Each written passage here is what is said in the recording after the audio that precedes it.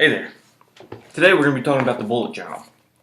Now I found this just in a quick Google search. Ended up finding out a little bit about it and watched a tutorial. There's some basic things to do, and that's kind of all I've done. I haven't tried to dive into things that are a little deeper, a little prettier. I'm trying to keep it neat and organized so I can use it.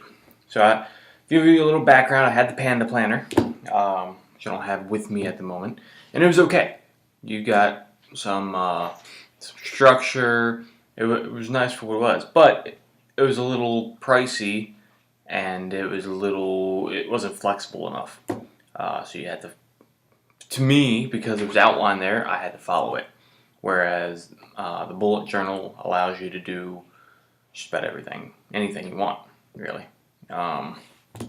So all you do is you get a regular blank notebook. You can use any notebook. A dot matrix notebook looks like that. I don't know if you can see those or not, but it has small dots, usually half a centimeter from point to point.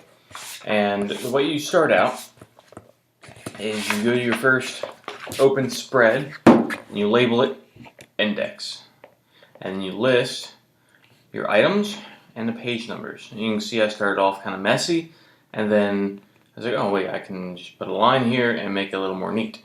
So that's what I did.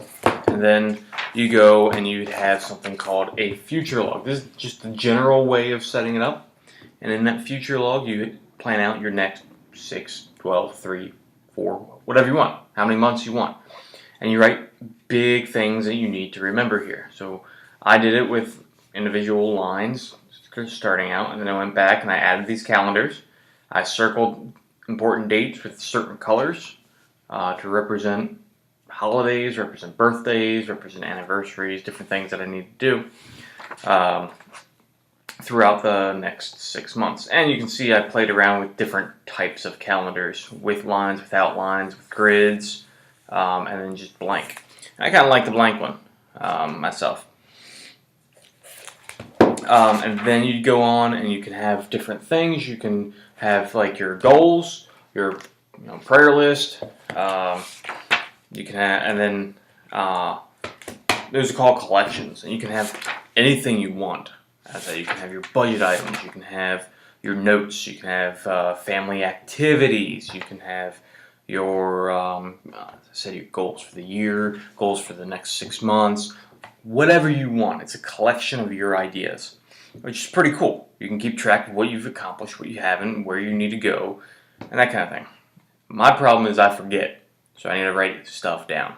And that's where this whole process comes in handy. So then you go on from your log, from your future log, go to your monthly log. And I started out with June. And so I actually drew a calendar. There's different ways you can do this. I put my habit tracker down here, and as you can see, I'm not very good with my habits. And then over here, I have my tasks. Those are things I have to get done for that month. And then I have goals for the month, things I want to actually hit for that specific month. And that ties back into my collection goals of where I want to be in 6 months to a year. And then you have your notes down here of individual things. Now, you can set this up any way you want. I'll give you an example of that. Here's for July. July is completely different. So I have my running dates over here. My holidays are highlighted in orange. I have, next to the number of the dates, I have the actual day of the week. And then I have morning, afternoon for each day. And I have it split up by weeks. So each week has a separate block. Over here, I have, my holidays, any appointments that are coming up, birthdays I need to remember, events, and individual tasks. A little bit different than for June. Then you can go, further in. You can go to your weekly. And so for my weekly, I've tried a couple different ways. This is the way I like the most. It's just like this. So I separated the page into 8 blocks. Why 8? Because I want notes. So I have notes down here, that things I need to remember that aren't necessarily categorized into one of the days. So I put the day of the week, starting out with Monday, because I keep my work days here, and then I keep my individual weekends here, because they're a little smaller usually. And then I write down my tasks. What I need to do is marked by a bullet. Events is marked by an open circle. And then I do a migration. So if I don't get it done, I have an arrow to the right, which means, okay, we're going to move to the next day. An arrow to the left means we're going to go back to the calendar and we're going to schedule it for some other day. And that's important. That's the basic general way of doing a bullet journal with individual bullets. You can do it with whatever kind of symbol you want, which is pretty cool. You can actually adapt it to whatever works for you. Important thing is you got to keep your pages numbered. And then you go back as you're writing stuff in and you add it to your index. And so as you get 100 pages in, you'll have 100 items down here, and you can actually flip and look back into different things and look forward into whatever you need, depending on what you need. So that's what I need. I need to be able to look forward and plan things out, as well as keep notes on what I've done. And specifically for work, which is great, I can actually come in here and I can write down my things I've done for work, and then the following Monday I can go and submit my status report on what I got accomplished last week and what I'm planning to accomplish this week.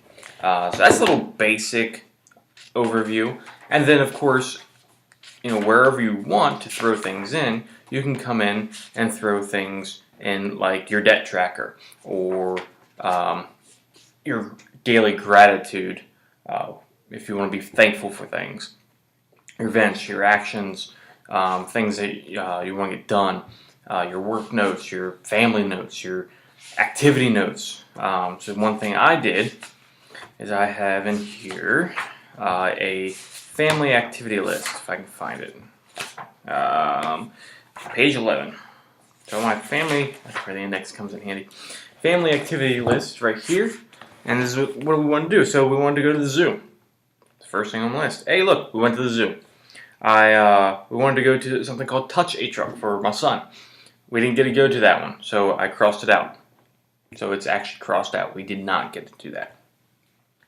We got swim lessons. Those are actually ongoing, so there's no activity there. And again, this is all bulleted. It's a bulleted system. Things that are done are X'd out. Things that we missed or we're unable to do, we cross out completely. And then events, big events and stuff, we do a open circle for. So yeah, that's the gist of it. That's pretty much all you need to know to get started.